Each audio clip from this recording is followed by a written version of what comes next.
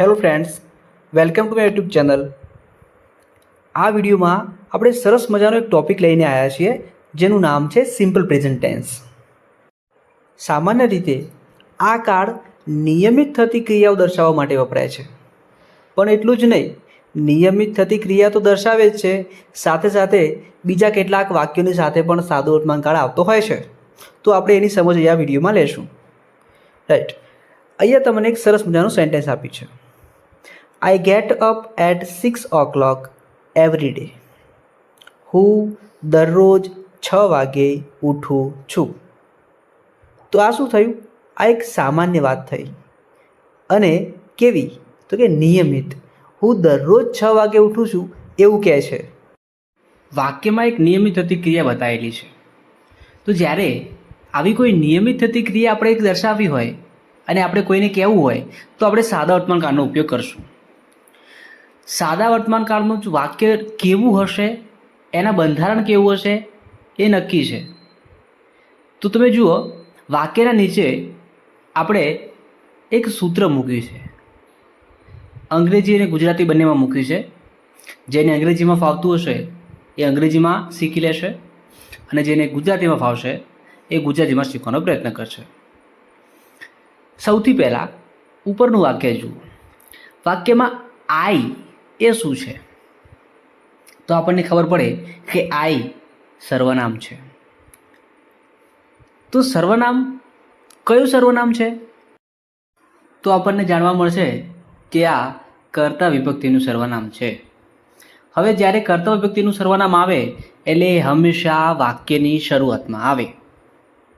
તો સૌથી પહેલાં સૂત્ર માટે એક શબ્દ આપણને મળી ગયો. એ શું મળ્યો? કે ભાઈ કર્તા. કર્તાને આપણે અંગ્રેજીમાં કહેશું સબ્જેક્ટ. જુઓ, સૂત્રની અંદર બંને જે વાક્યો લખેલા છે ને, જે સૂત્ર લખેલું છે ને, એ બંને આપણે સાથે સાથે લેતા રહીશું, જેથી કરીને શબ્દોનું અંગ્રેજી પણ આવડે અને સૂત્ર પણ બનતું જાય. વાક્ય પરથી સૂત્ર બનાવવાનું છે, સૂત્ર પરથી વાક્ય નથી બનાવવું. ઊંધું કરવું છે આપણે. ચલો બીજું, ગેટ અપ. ગેટ અપ એટલે ઉઠવું. તો ઉઠવું એ શું થયું? ક્રિયા થઈ. અંગ્રેજીમાં આપણે એને વર્બ કહેશું. તો બીજા નંબરનો આપણને શબ્દ મળ્યો કે ક્રિયાપદ. પણ જ્યારે સાદા વર્તમાન કાળ તરીકે આપણે ક્રિયાપદ વાપરતા હોય તો એમાં ક્રિયાપદનું મૂળ રૂપ એટલે કે V1 અથવા તો ત્રીજા પુરુષ એકવચનમાં ક્રિયાપદનું SKES વાળું રૂપ, verb with S or ES. બીજો શબ્દ આપણને મળી ગયો, એ મળ્યો વર્બ. હવે 6 o'clock. I get up at 6 o'clock. હવે અહીંયા તમે જોશો ને તો at a 6 o'clock એ કર્મ નથી. અહીંયા સૂત્રમાં લખ્યું છે કે કર્મ, પણ આ શબ્દ કર્મ છે નહીં. એ તમને આગળના સેન્ટેન્સમાં જ્યારે આવશે એટલે એવું સમજાવીશ. આ જે છે એ અન્ય શબ્દ છે. પ્રિપોઝિશન પછી સામાન્ય રીતે જે શબ્દો આવતા હોય છે એ બધા અન્ય શબ્દો હોય છે. તો એટ પ્રિપોઝિશન છે, તો એટ પણ અન્ય શબ્દમાં આવશે, o'clock એ પણ અન્ય શબ્દમાં આવશે, અને ત્યારબાદ એવરી ડે એ પણ અન્ય શબ્દમાં આવશે. તો સૌથી પહેલું આપણું વાક્ય કેવું બન્યું? આઈ કરતા, ગેટ અપ એ V1 છે, એટ 6 o'clock એવરી ડે એ અન્ય શબ્દ છે.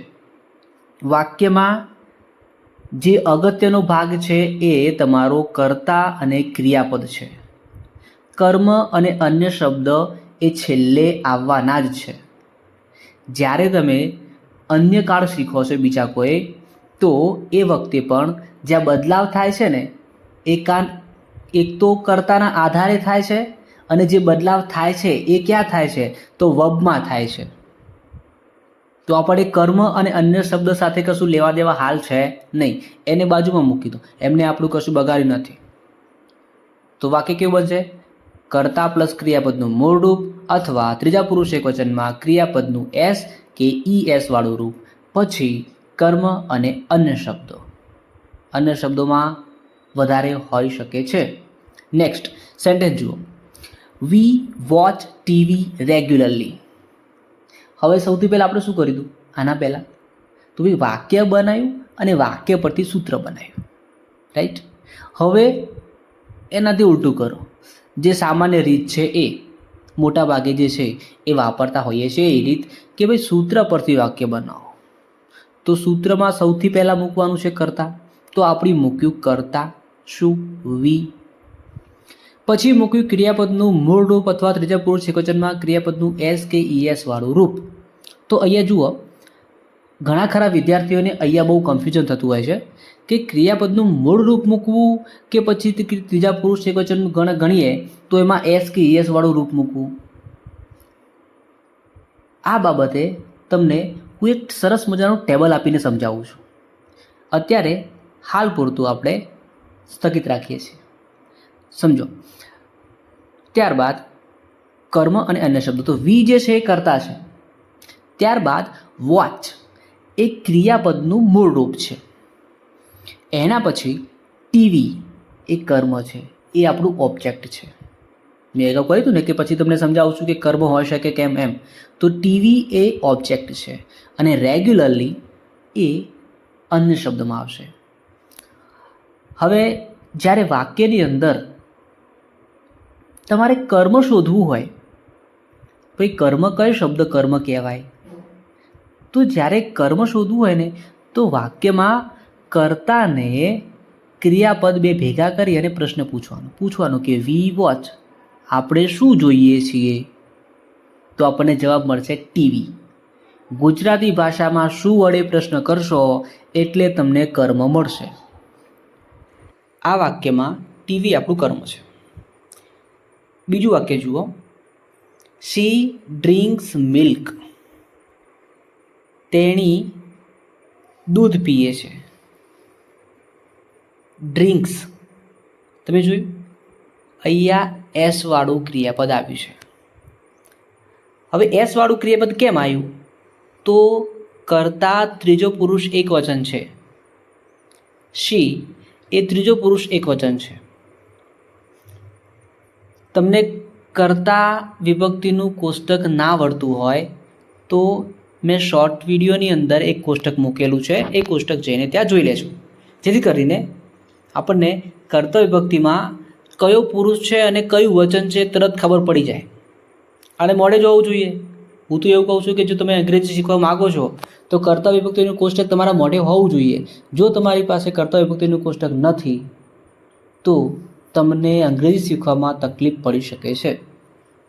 એટલે ત્યાં શોર્ટ વિડીયો મૂકેલો છે, ત્યાં જઈને જોઈ લો.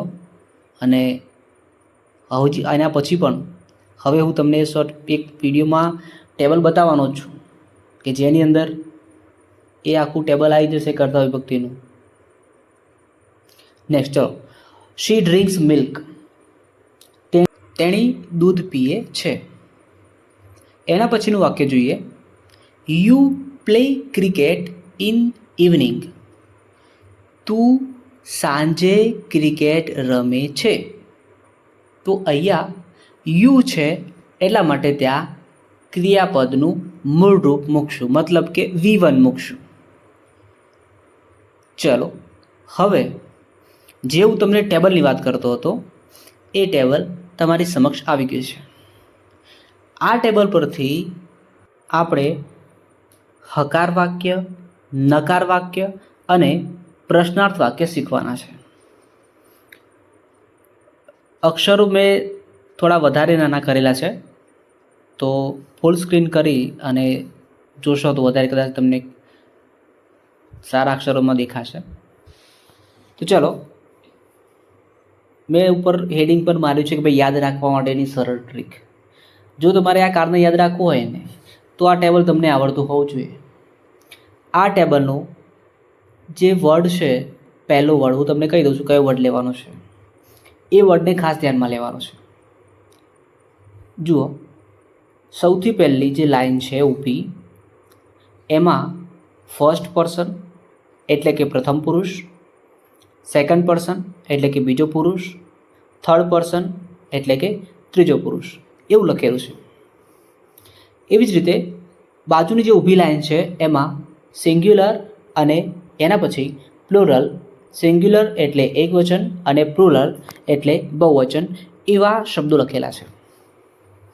હવે તમારે આને ક્રોસ મારવાનું છે. જેમ કે ફર્સ્ટ પર્સન સિંગ્યુલર તો આઈ, ફર્સ્ટ પર્સન પ્લુરલ તો we, second person singular you, second person plural you, and third person singular he, she, it, and the last one is third person plural is that they. આ રીતે સર્વનામો તમારે યાદ રાખવાનો છે. I we you you he she it they. આ રીતે table યાદ રાખો. I we you you he she it they. કોખી નાખો. કોઈ રાત્રે 2 વાગે તમને ઊભા કરીને પૂછે ને કે ભાઈ કર્તા વિભક્તિનું કોષ્ટક બોલ, તો તમને ખબર હોવી જોઈએ. જુઓ હવે વાક્ય કેવા બને છે આપણે સાદા વર્તમાન કાળના એમાં. પહેલું વાક્ય બનાવ્યું છે આઈ પ્લે. હું રમું છું. વી પ્લે, અમે રમીએ છીએ. યુ પ્લે, તું રમે છે. યુ પ્લે, તમે રમો છો. હી પ્લેઝ, તે રમે છે. શી પ્લેઝ, તેણીની રમે છે. ઇટ પ્લેઝ, તે રમે છે. ધે પ્લે, તેઓ રમે છે.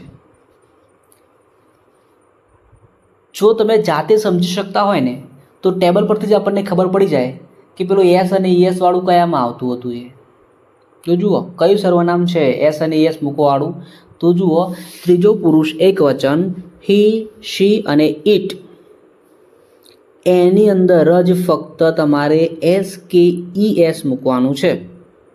હવે એસ કે ઈ એસ કેવી રીતે મૂકવાનું છે?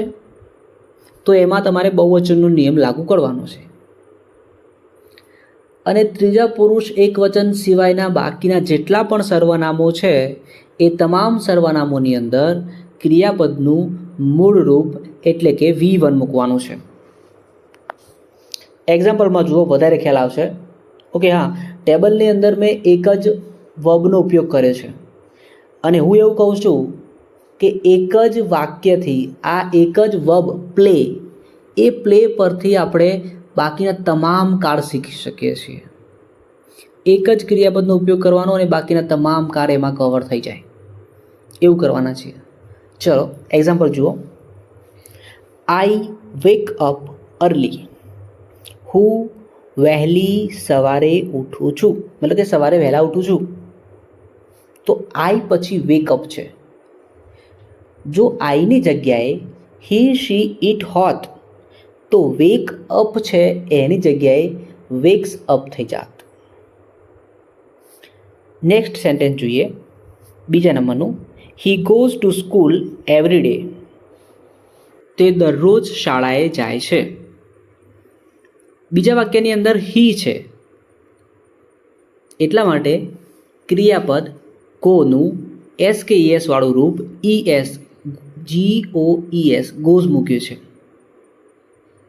જો આની જગ્યાએ આઈ, વી, યુ અથવા ધે હોત તો ત્યાં ગોઝ મૂકત નહીં, પણ ગો એટલું મૂકત. ત્રીજું વાક્ય જુઓ. She sends a mail to her father. તેણીની તેના પપ્પાને મેલ કરે છે અથવા મોકલે છે. તો અહીંયા પણ શી છે એના કારણે સેન્ડ ક્રિયાપદને એસ પ્રત્યે લાગી અને એ સેન્ડ્સ બન્યું છે. ચોથું, we play cricket on Sundays. અમે રવિવારે ક્રિકેટ રમીએ છીએ. હવે તમને ખ્યાલ આવી ગયો છે કે આપણે ફક્ત ત્રીજા પુરુષ એકવચનમાં ક્રિયાપદને એસ કે યસ લગાવવાનું છે. જો તમે જે વાક્ય આવતા છે એમ સમજ પડશે. They watch TV at night, આમાં V1 છે, મૂળ ક્રિયાપદ છે. Next, the sun rises in the east. સૂર્ય પૂર્વમાં ઉગે છે. 7th, યુ સ્પીક ઇંગ્લિશ વેલ. તું સારું અંગ્રેજી બોલે છે. હી રીડ્સ ન્યૂઝપેપર એવરી મોર્નિંગ. તે દરરોજ સવારે સમાચાર વાંચે છે. Birds fly in the sky. પક્ષીઓ આકાશમાં ઉડે છે. શી હેલ્પ્સ હર મધર. તેણીની પોતાની મમ્મીને મદદ કરે છે અથવા એની મમ્મીની મદદ કરે છે પોતાની એમ. હવે તમે અહીંયા 9મા નંબરનું સેન્ટેન્સ જુઓ, ત્યાં બર્ડ્સ લખેલું છે. તો કદાચ ઘણા ખરા વિદ્યાર્થીઓને એવું થાય કે સાહેબ બર્ડ્સ તો ત્રીજા પુરુષ એકવચનમાં આવે ને, એ તો ઈટમાં આવે. તો તમે જોવાનું ધ્યાન આપજો. બહુ મોટી ભૂલ અહીંયા થતી હોય છે ઘણી વખત કે વિદ્યાર્થીઓ બર્ડ્સને એકવચન નેગેટિવ સેન્ટેન્સ બનાવવાની શરૂઆત કરીએ નથી, એના પહેલા બર્ડ્સ એ બહુવચન છે એના સૂત્ર પર એક વખત નજર મારી લેવાની. તમારે એવું ઓટોમેટિક સમજવાનું સેન્ટેન્સનું છે જેવું કે સૂત્ર તે હતું છે. સેમ બર્ડ્સ એવું જ નથી, સૂત્ર પણ શું છે, છે? પણ તે છે. અહીંયા Okay. થોડુંક ચેન્જ છે. તો અફર્મેટિવ એને સેન્ટેન્સ ધ્યાન અંદર આપવાનું છે થોડું, બસ. તમને ખ્યાલ આવી ગયો હશે. જુઓ તો ચાલો સૂત્ર શું હવે છે? આપણે કરતા છે, નેગેટિવ સેન્ટેન્સ પછી બનાવતા શીખીએ. don't કોઈ એવું કે અથવા વહેલું સવારે વહેલું doesn't. નથી ઉઠતો, તો એવું એના કોઈ કેવું પછી હોય તો ક્રિયાપદનું એના માટે પણ મૂળ સેન્ટેન્સ રૂપ બનવું એટલે જોઈએ કે ને. V1 તો ચાલો અને એના પછી માટે કર્મ પણ અને સરળ અન્ય રીતે શબ્દો છે. કર્મ સારી અને રીતે અન્ય શબ્દો સમજવાનો મેં પ્રયત્ન અગાઉ કરીએ કહ્યું તે sentence પ્રમાણે છેલ્લે જ આવશે. આપણે ક્રિયાપદને વધારે ધ્યાનમાં લેવાનું છે અને કરતાને.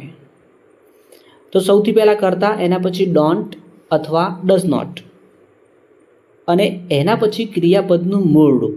અહીંયા ખાસ ધ્યાન આપજો કે તમારે એસ કે ઈએસ વાળું ક્રિયાપદ લખવાનું અહીંયા થતું નથી. જે રીતે અફર્મેટિવ સેન્ટેન્સની અંદર આપણે એસ કે ઈએસ વાળું ક્રિયાપદ થર્ડ પર્સન સિંગ્યુલરની અંદર આપણે મૂકતા હતા, એવું અહીંયા નહીં કરવાનું. અહીંયા તમારે ડઝ મૂકવાનું છે. રાઈટ? ચલો ટેબલ જો પહેલાં તો ટેબલ પરથી થોડો ખ્યાલ આવશે. વાક્ય વાંચું છું અને ગુજરાતી વાંચું છું. આઈ ડોન્ટ પ્લે, હું રમતો નથી અથવા રમતી નથી. વી ડોન્ટ પ્લે, અમે રમતા નથી. યુ ડોન્ટ પ્લે, તું રમતો નથી અથવા રમતી નથી. યુ ડોન્ટ પ્લે, તમે રમતા નથી. હી ડઝ નોટ પ્લે, તે રમતો નથી. શી ડઝ નોટ પ્લે, તેણીની રમતી નથી. ઇટ ડઝ નોટ પ્લે, તે રમતું નથી અથવા રમતો નથી. અને નેક્સ્ટ દે ડોન્ટ પ્લે. જુઓ, દરેક કર્તા સાથે ક્રિયાપદનું V1 છે. ઇવન થર્ડ પર્સન સિંગ્યુલર મતલબ કે ત્રીજા પુરુષ એકવચનમાં પણ તમે જોઈ શકો છો કે હી પછી છેલ્લે જે ક્રિયાપદ છે એ મૂળ ક્રિયાપદ જ છે. તો ક્રિયાપદ શું આવશે? નકાર વાક્યમાં ક્રિયાપદનું મૂળ રૂપ જ આવશે. ચલો એક વાત ફાઇનલ. બીજું કે તમારે કરતા મૂક્યા પછી ત્રીજા પુરુષ એકવચનની અંદર ડઝ મૂકવાનું છે અથવા એટલે ડઝ નોટ મૂકવાનું છે એમ. અને બાકીના જે સર્વનામો રહ્યા એમાં ડોન્ટ મૂકવાનું છે. ઓકે, જુઓ નોંધ મારી છે મેં. અહીં ત્રીજા પુરુષ એકવચનમાં જ્યારે ડઝ નોટ મૂકીએ છીએ ત્યારે ક્રિયાપદનું મૂળ રૂપ V1 લખાય છે. હવે ડઝ નોટ અને ડુ નોટનો ડોન્ટનો જે પૂરો મિનિંગ છે એ અહીંયા લખેલો છે. જુઓ, ડોન્ટ તો ડુ નોટ, ડઝ નોટ તો ડઝ નોટ, જેની ટૂંકમાં આપણે પહેલાંમાં ડોન્ટ વાપરીએ છીએ અને ડઝન્ટ કહીએ છીએ. ઓકે, ચલો નેક્સ્ટ સેન્ટેન્સ હવે એક્ઝામ્પલમાં જોઈએ એટલે વધારે ખ્યાલ આવે. જુઓ, I do not eat junk food, હું જંક ફૂડ ખાતો નથી. જંક ફૂડ મતલબ કે બજારનો ખોરાક. I do not eat junk food, હું બજારનો ખોરાક ખાતો નથી. She does not like cold drinks, તેણીને ઠંડા પીણા ગમતા નથી. અહીંયા તમે જુઓ શી છે, ત્રીજો પુરુષ એકવચન, એટલા માટે ત્યાં શું હોય? ડઝ નોટ આપ્યું છે. અને એના પછી જે ક્રિયાપદ આપ્યું છે ને લાઇક, એ લાઇક ક્રિયાપદ V1 છે.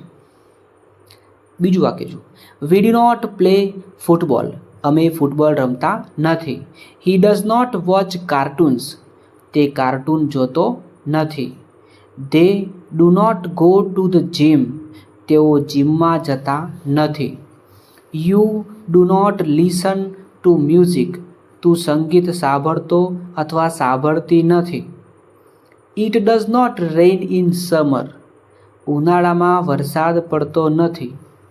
જો કે હવે પડે છે. She does not read novels, તેણીની નવલકથાઓ વાંચતી નથી, કાવ્યો વાંચતી હશે.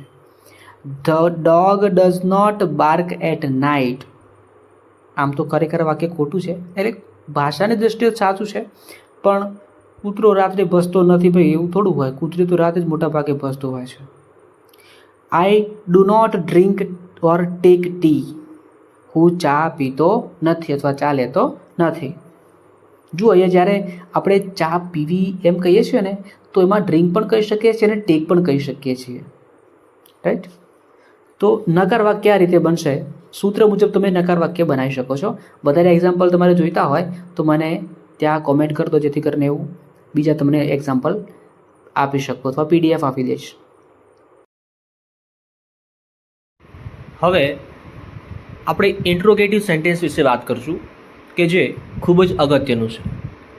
ગુજરાતીમાં એને આપણે પ્રશ્નાર્થ વાક્ય કહીએ છીએ. સાદા વર્તમાનકાળનું પ્રશ્નાર્થ વાક્ય એક્ઝામમાં અવારનવાર પૂછાતું હોય છે અને બોલચાલમાં પણ આપણે ઘણી વખત સાદા વર્તમાનકાળના ઇન્ટ્રોગેટિવ સેન્ટેન્સનો ઉપયોગ કરતા હોય છે. અને જ્યારે ઇન્ટ્રોગેટિવ સેન્ટેન્સ આવે છે તો આપણે એનો જવાબ અફર્મેટિવમાં કેવી રીતે આપવાનો છે એ જોવાનું છે અહીંયા. ચલો તો વિડીયો સ્ટાર્ટ કરી દઈએ છીએ. અહીંથી જે ટેબલ હતું એ જ પ્રમાણે એ જ વર્બ સાથે એ જ ક્રિયાપદો સાથે એ જ કર્તા સાથે આપણે આને ઇન્ટ્રોગેટિવમાં કન્વર્ટ કરશું. સૂત્ર જુઓ તો કંઈક આવું છે: WH વર્ડ પ્લસ ડુ કે ડઝ પ્લસ કર્તા પ્લસ ક્રિયાપદનું મૂળરૂપ પ્લસ કર્મ પ્લસ અન્ય શબ્દો પ્લસ પ્રશ્નાર્થ ચિહ્ન. આપણું આ સૂત્ર છે. સૂત્ર મુજબ જો તમે વાક્ય બનાવશો તો પરફેક્ટલી તમારું વાક્ય એક્ઝેક્ટ સાચું જ હશે. જુઓ, WH વર્ડ, સૌથી પહેલાં તમારા વાક્યની અંદર WH વર્ડ આવશે. હું સમજાવું છું.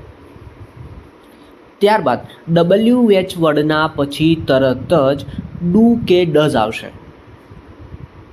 એના પછી ડુ અને ડઝ મૂક્યા પછી, ડુ કે ડઝ બેમાંથી ગમે તે એક મૂક્યા પછી તમારે જે વાક્યમાં મુખ્ય કર્તા છે એને ત્યાં મૂકવાનું છે. એના પછી ક્રિયાપદનું મૂળરૂપ મતલબ કે V1 મૂકવાનું છે. ધ્યાન આપજો. અહીંયા ભલે ત્રીજો પુરુષ એકવચનમાં કર્તા હી શી ઇટ હોઈ શકે, પણ આપણે ક્રિયાપદ તો કેવું મૂકવાનું છે? V1 જ મૂકવાનું છે. એના પછી કર્મ અને અન્ય શબ્દ અને છેલ્લે ખાસ આ ધ્યાન આપજો, પ્રશ્નાર્થ ચિહ્ન. કદાચ તમને ફોર્મ્યુલા આવડી જશે, તમે વાક્ય બનાવી દેશો, પણ જો પ્રશ્નાર્થ ચિહ્ન નહીં કરો તો તમારું વાક્ય ખોટું છે.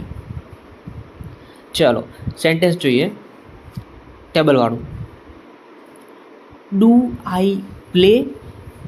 શું હું રમું છું? Do we play? શું અમે રમીએ છીએ? જુઓ અહીંયા શું થયું, જે ઉપરનું સૂત્ર છે એમાં તો WH વર્ડ હતો, પણ અહીંયા તો WH વર્ડ આવ્યો નહીં. કેમ આવું? તો સમજો. એક્ઝેક્ટ ટેબલના નીચે જુઓ, છેલ્લે એક બીજું સૂત્ર લખ્યું છે: ડુ કે ડઝ પછી કર્તા પછી ક્રિયાપદનું મૂળરૂપ, ત્યારબાદ કર્મ, અન્ય શબ્દો અને પ્રશ્નાર્થ ચિહ્ન. જે ઉપરનું સૂત્ર હતું એમાંથી ફક્ત WH વર્ડ આપણે કાઢી નાખ્યું અને એના પછીનું જે સૂત્ર હતું એ આપણે સરસ મજાનું એક સૂત્ર નવું બની ગયું છે. હવે આવું કેમ છે?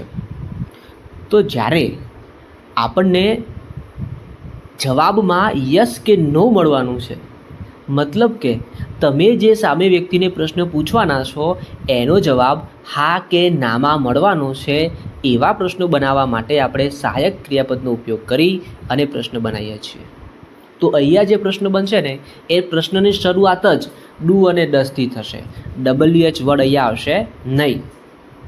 તો જુઓ, પહેલું વાક્ય આપણે જોયું હતું ટેબલમાં, ડુ આઈ પ્લે? શું હું રમું છું? તો આપણે પોતાની જાતને જે છે જવાબ આપશું યસ આઈ પ્લે અથવા નો આઈ ડોન્ટ પ્લે.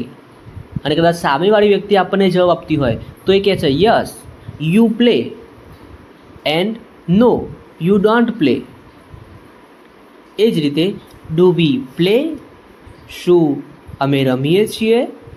તો એમાં પણ યસ વી ડુ, અને ના હોય નકારમાં હોય તો નો વી ડુ નોટ અથવા we don't. Do you play? જુઓ વાક્યમાં તમે ધ્યાન આપજો ખાસ. સૌથી પહેલાં ડુ છે, એના પછી કર્તા છે અને પછી V1 છે. બીજું ડુ યુ પ્લે? શું તમે રમો છો? હવે ત્રીજો પુરુષ એકવચનમાં ધ્યાન આપજો ખાસ. Does he play, does she play, શું તેણી રમે છે? ડઝ ઇટ પ્લે, શું તે રમે છે? તો આનો જવાબ તમને યસ કે નોમાં જ આવશે. પણ થર્ડ પર્સન સિંગ્યુલરની અંદર આપણે જે રીતે નકાર વાક્યમાં લખતા હતા ડઝ નોટ, એ રીતે અહીંયા તમારે વાક્યની શરૂઆત ડઝથી કરવાની છે. ફક્ત ત્રીજા પુરુષ એકવચનમાં જ ડઝ આવશે અને એના પછી જે વર્બ આવશે, ક્રિયાપદ આવશે, એ તમારું V1 હશે. ક્લિયર? નેક્સ્ટ છેલ્લું, ડુ ધે પ્લે, શું તે અથવા તેઓ રમે છે? આપણું વાક્ય આ રીતે બનશે. ક્યારે? જ્યારે જવાબ યસ કે નોમાં હશે તો. ચલો બાજુમાં બીજા વધારે એક્ઝામ્પલ જોઈએ એટલે ખ્યાલ આવશે. પહેલું સેન્ટેન્સ, શું તને ચોકલેટ ગમે છે? Do you like chocolate?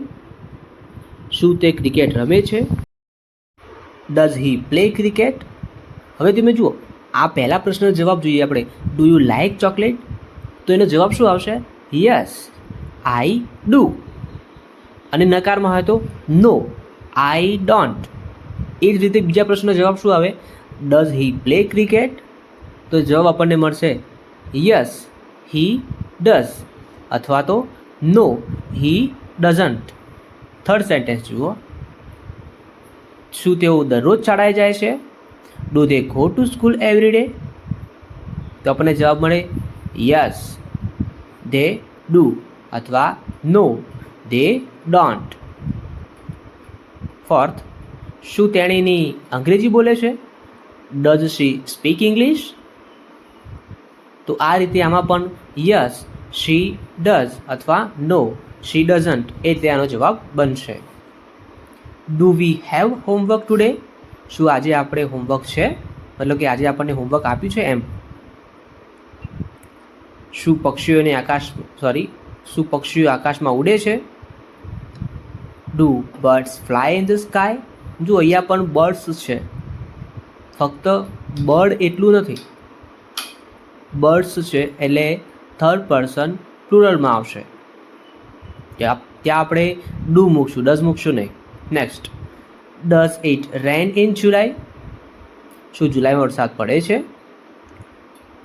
Do I look tired? શું હું થાકેલો દેખાઉં છું? શું તારો ભાઈ કાર ચલાવે છે? Does your brother drive a car? શું તું દરરોજ રાત્રે પુસ્તકો વાંચે છે? Do you read books every night? આ રીતે આપણા યસ કે નોમાં જવાબ મળે એવા સિમ્પલ પ્રેઝન્ટ ટેન્સના સેન્ટેન્સીસ બનશે. ચલો હવે પછીના WH વર્ડવાળા કેટલાક વાક્યો જોઈએ. વાક્યનું સૂત્ર આપણે અગાઉ જે જોયું હતું એ પ્રમાણે જ છે. ચલો સેન્ટેન્સ અને સૂત્રને આપણે સરખાવી જોઈએ. પહેલું સેન્ટેન્સ જુઓ, વોટ ડુ યુ ઇટ? તો સૂત્રમાં ધ્યાન આપો. સૌથી પહેલાં WH વર્ડ, તો વોટ WH વર્ડ છે. ત્યારબાદ ડુ કે ડઝ. હવે ડુ કે ડઝ શેના આધારે મૂકવાનું છે? તો વાક્યમાં જે કર્તા છે એના આધારે આપણે ડુ કે ડઝ મૂકવાનું છે. કર્તા ક્યાં છે? તો ડુના પછી. જો સાદું વિધાન હશે તો વાક્યની શરૂઆતમાં જ કર્તા આપેલું હશે, તો અહીંયા યુ છે તો આપણે ત્યાં મૂકશું ડુ. એના પછી કર્તા આવશે ડુ મૂકે પછી. હવે ક્રિયાપદનું મોઢું મતલબ કે V1 આવશે, તો અહીંયા ઇટ છે. કર્મ અને અન્ય શબ્દો છે નહીં. બીજું સેન્ટેન્સ જોઈએ, વેર ડઝ શી લીવ? તો સૌથી પહેલાં WH વર્ડ વેર આવી ગયો. ત્યારબાદ ડુ કે ડઝમાંથી અહીંયા ડઝ લાગ્યું છે કારણ કે કર્તા સી છે, ત્રીજો પુરુષ એકવચન છે. એના પછી V1 મતલબ કે ક્રિયાપદનું મૂળ રૂપ અને કર્મ અને અન્ય શબ્દો આમાં છે નહીં. છેલ્લે પ્રશ્નાર્થ ચિહ્ન ખાસ ધ્યાનમાં લેવાનું. ત્રીજું વાક્ય, વેન ડુ ધે કમ? તેઓ ક્યારે આવે છે?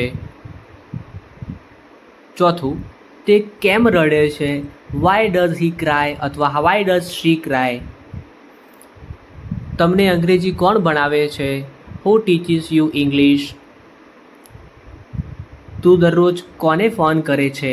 whom do you call every day? તને કયું પુસ્તક ગમે છે? which book do you like? તું શાળાએ કેવી રીતે જાય છે? How do you go to school? તારા કેટલા ભાઈ છે? How many brothers do you have? અહીંયા ધ્યાન આપજો, WH વર્ડમાં જ્યારે હાઉ મેની આવે છે ને, તો હાઉ મેનીની સાથે જે નામ હોય છે એ જોડાઈને આવે છે. જેમ કે હાઉ મેની બ્રધર્સ પછી ડુ લાગ્યું છે. અહીંયા હાઉ મેની વર્ડ જે છે એ WH વર્ડમાં ગણાશે અને એના પછી ડુ કે ડઝ નહીં આવે, પણ જેની સાથે જે નામ છે એ નામ આવશે, પછી ડુ કે ડઝ આવશે. એ જ રીતે 7મા નંબરનું સેન્ટેન્સ જુઓ, જેમાં વીચ છે, તો વીચની સાથે પણ જે કંઈ પણ નામ હશે, નાઉન હશે, એ નાઉન ત્યાં વીચની સાથે લાગશે, એના પછી ડુ કે ડઝ આવશે. આ વીચ અને હાઉ મેની અને હાઉ મચમાં ધ્યાન આપવાનું છે. 10મું વાક્ય, ટ્રેન કયા સમયે આવે છે? What time does the train arrive? Right. તો વાક્યમાં તમને સમજણ પડી જશે. બાજુમાં કેટલાક પ્રેક્ટિસ માટેના તમને સેન્ટેન્સ આપ્યા છે, એ જોઈએ. ચલો 1-2 કરાવું છું, બાકીના તમારે જાતે કરવાનો પ્રયત્ન કરવાનો છે. શી સિંગ્સ વેલ. તો એ જુઓ, શી સિંગ્સ વેલ. એવું કીધું નથી કે કયા શબ્દ માટે પ્રશ્ન બનાવવાનો છે. તમે તમને યોગ્ય લાગે એ રીતે પ્રશ્ન બનાવી શકો છો. ધારો કે અહીંયા હું શી માટે પ્રશ્ન બનાવું. જોજો, ધ્યાન આપજો. જ્યારે તમે કર્તા માટે પ્રશ્ન બનાવો છો તો એના માટે તમારે WHO હુ વર્ડ વાપરવાનો છે, જેનો મતલબ થાય છે કોણ. જ્યારે પણ તમને હુથી પ્રશ્ન પૂછવામાં આવે તો ત્યાં કોઈ નામ જ આવશે અથવા સર્વનામ જ આવશે, એ નક્કી છે. મતલબ કે ત્યાં કર્તા જ આવશે. અને જ્યારે આપણને કર્તાથી પ્રશ્ન પૂછવાનું કે ભાઈ કર્તા તમને જવાબમાં મળે એ રીતે પ્રશ્ન પૂછો તો એ WHO હુ વર્ડથી જ પૂછાશે. અને જ્યારે WHO હુ વર્ડથી પ્રશ્ન પૂછાશે તો એના પછી આવતું ક્રિયાપદ વાક્યમાં જેવું છે એમનું એમ જ રહેશે, એ V1 થશે નહીં. તો અહીંયા આપણે શી માટે પ્રશ્ન બનાવીએ તો આવું બનશે, હુ સિંગ્સ વેલ, પછી પ્રશ્નાચિહ્ન. ધારો કે મારે આમાં શી માટે પ્રશ્ન નથી બનાવવો, પણ વેલ માટે પ્રશ્ન બનાવવો છે. WEL એના માટે મારે પ્રશ્ન બનાવવો છે. તો શું કરીશ? જ્યારે વાક્યની અંદર કોઈ રીત બતાવી હોય અથવા એનો કોઈ ગુણ બતાવેલો હોય તો એના માટે આપણે WH વર્ડમાંથી હાઉ શબ્દ વાપરીશું. તો જુઓ, શી સિંગ્સ વેલ, ગુજરાતીમાં આપણે સમજીએ કે તેણીની સારું ગાય છે. હવે સારું શબ્દ જવાબમાં મળે એવો પ્રશ્ન બનાવવો હોય તો આપણે કેવો પ્રશ્ન બનાવીએ કે તેણીની કેવું ગાય છે. તો કેવું માટે હાઉ વપરાશે. તો આપણે હાઉથી પ્રશ્નની શરૂઆત કરશું. How does she sing. How પછી તરત તમારે મૂકવાનું છે ડઝ અને પછી કરતા શી અને સિંગ એમાં એસ લગાડવાનો નથી. બીજું સેન્ટેન્સ જોયો, they play cricket on Sundays. તો મારે હવે ક્રિકેટ માટે વર્ડ પ્રશ્ન બનાવવો છે. તો ક્રિકેટ માટે જ્યારે મને પ્રશ્ન બનાવવો હોય તો કર્તા અને ક્રિયાપદને હું પ્રશ્ન પૂછું કે ભાઈ તેઓ શું રમે છે, તો મને જવાબમાં મળે ક્રિકેટ. મતલબ કે મારે શું, ગુજરાતીમાં શું શબ્દ વડે પ્રશ્ન બનાવવાનો થાય, અંગ્રેજીમાં વોટ વડે આપણે પ્રશ્ન બનાવીશું. What do they play on Sundays. હવે જે શબ્દ માટે આપણે પ્રશ્ન બનાવ્યો છે એને વાક્યમાં લેશું નહીં, પ્રશ્નાર્થ વાક્યમાં પછી લેશું નહીં.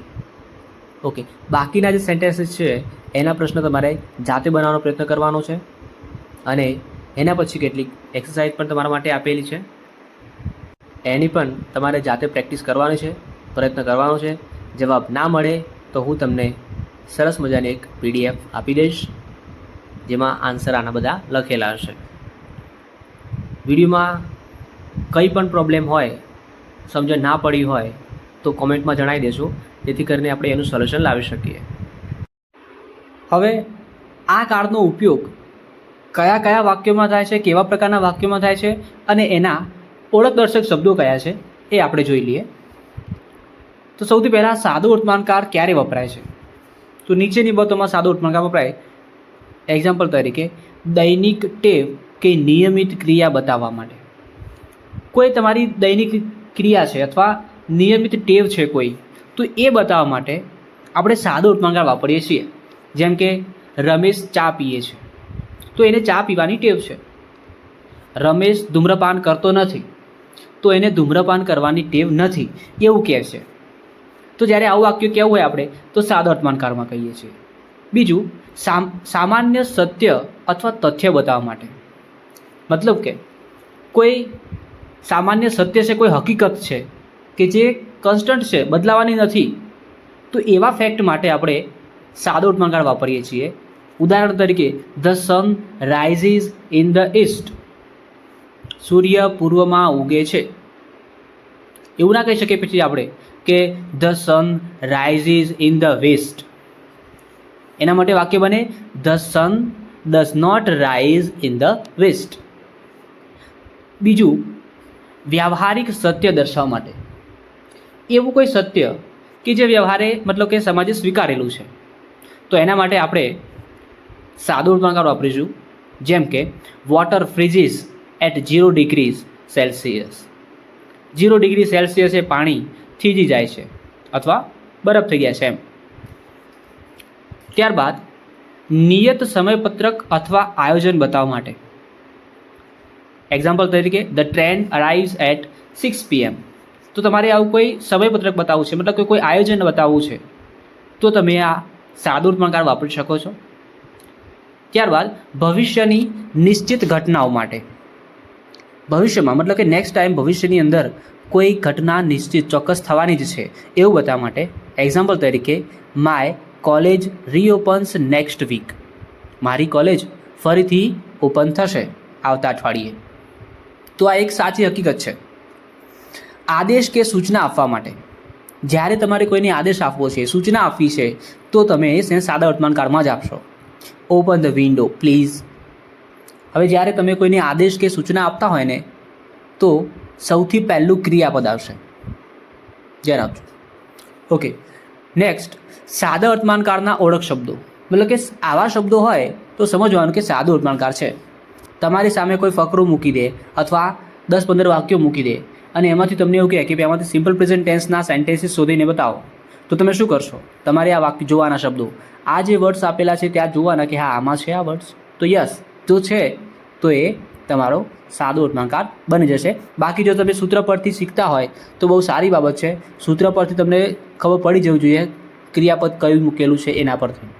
ઓકે, ચલો જુઓ. એવરી ડે મતલબ કે દરરોજ, always, usually, often, sometimes, never, every week, on Sundays, twice day, in the morning, daily, once a week, at night, in the evening, each day. આ શબ્દો જ્યાં વાક્યમાં તમને જોવા મળે એટલે તમારે એવું સમજી લેવાનું કે આ સાદો વર્તમાનકાળ. સ્ક્રીન પર તમને કેટલાક સેન્ટેન્સીસ આપેલા છે અને એમાં ખાલી જગ્યા મૂકેલી છે. તો અહીંયા 4 પ્રકારના વાક્યો છે. આમ તો મૂળ તો 3 પ્રકારના જ છે, પણ આપણે ઇન્ટ્રોગેટિવ સેન્ટેન્સના 2 ટાઈપના વાક્યો મૂક્યા છે. એમાં એક ડુ અને ડઝ વાળાથી પ્રશ્ન બનતું વાક્ય અને બીજું WH વર્ડથી પ્રશ્ન બનતું વાક્ય. અહીંયા તમારે જે અત્યાર સુધી ભણ્યા છો એમાંથી જે પણ શીખ્યા છો એના આધારે તમારે ખાલી જગ્યા પૂરવાની છે. દરેક વાક્યના મેં 10 ઓપ્શન્સ મૂકેલા, ખાલી જગ્યા મૂકેલી છે અને એમાં ઓપ્શન્સ પણ મૂક્યા છે. બેમાંથી જે ઓપ્શન સાચો હોય એ તમારે ત્યાં ટીક કરવાનું છે.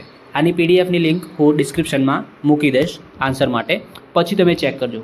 પહેલાં આન્સર નહીં જોઈ લેવાનું, પહેલાં જોવાનું કે આપણને કેટલું આવડ્યું છે આ વિડીયો પરથી. એના પછી તમારે PDFમાં પોતાની જાતે ચેક કરવાનું છે, રાઈટ? ઓકે, તો હવે વિરામ લઈએ છીએ. Thank you.